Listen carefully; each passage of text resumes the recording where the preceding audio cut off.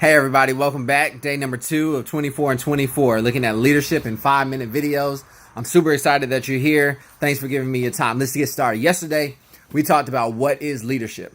We talked about how we can begin to understand the concepts and not get so caught up in the definition, but really understand that leadership is about moving from one place to the next. We acknowledge the fact that we're gifted, and as we begin to walk this journey out tomorrow in more details, we're going to talk about the strategies and ways that we're going to implement different things into our life that's going to change us and make us better. But today I want to leave you with 3 thoughts, 3 things this evening that I want you to give consideration to and come back to whenever you feel like you're struggling or you don't want to do this anymore or you want to quit. Here's thought number 1. You're already doing it. All your life, you have been in the process of leading yourself. Whether you were being told what to do and then you executed when nobody was looking, whether you made decisions and went about accomplishing those things that you set forth as goals, whether you made a plan to meet up with some friends, go there, made it back safely, took a minute before you fell asleep and said to yourself, man, that was either as good as I thought it was going to be, not quite, how do I fix that and make that better, or next time I just won't do that at all. That's leadership. That's all the different things that go into leadership. You were in charge of a family. If you've been in charge of an organization, if you've been in charge of just picking the activity for your friends to do that evening, that's leadership. You exercise. You've already been doing it all your life.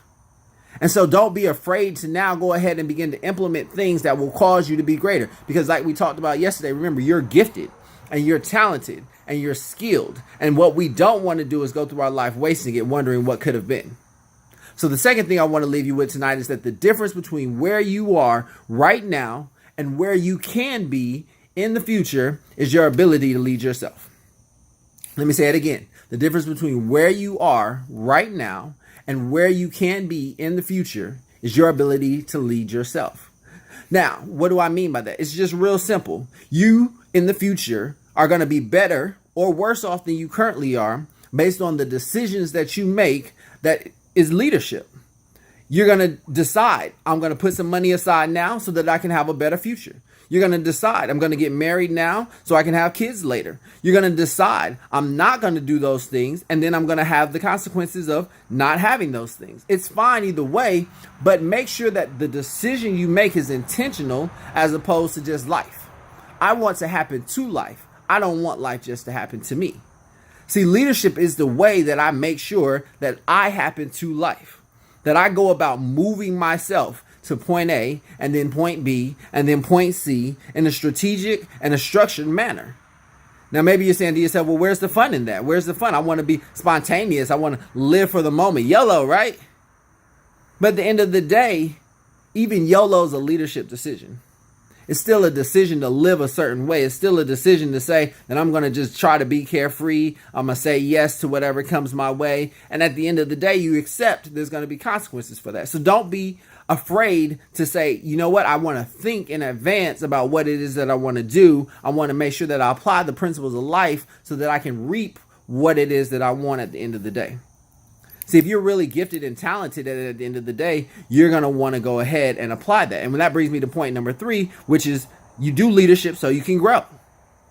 So let's go with the idea that you're a gifted singer, a talented professional at whatever it is that you do. Let's say that you are an artist, and you have skills beyond belief, and the ability to affect the world lies within your grasp. But right now, it's an unformed ability because you haven't done anything.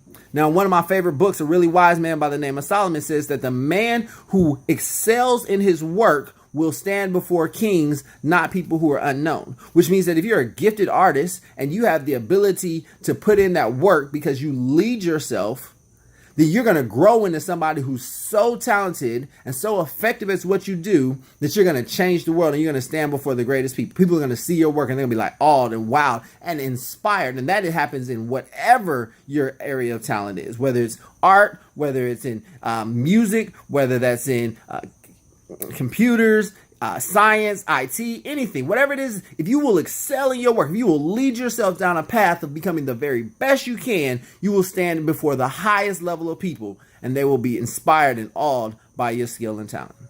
So I just wanted to leave you with those 3 things tonight. I hope you're ready for tomorrow because we're going to really begin to dig into how we can become better leaders. Thanks for your time. Like, share, and repost. Hashtag 24 and 24. Lloyd Squared. Simple Plans. I'll see y'all on the flip side. Have a good night.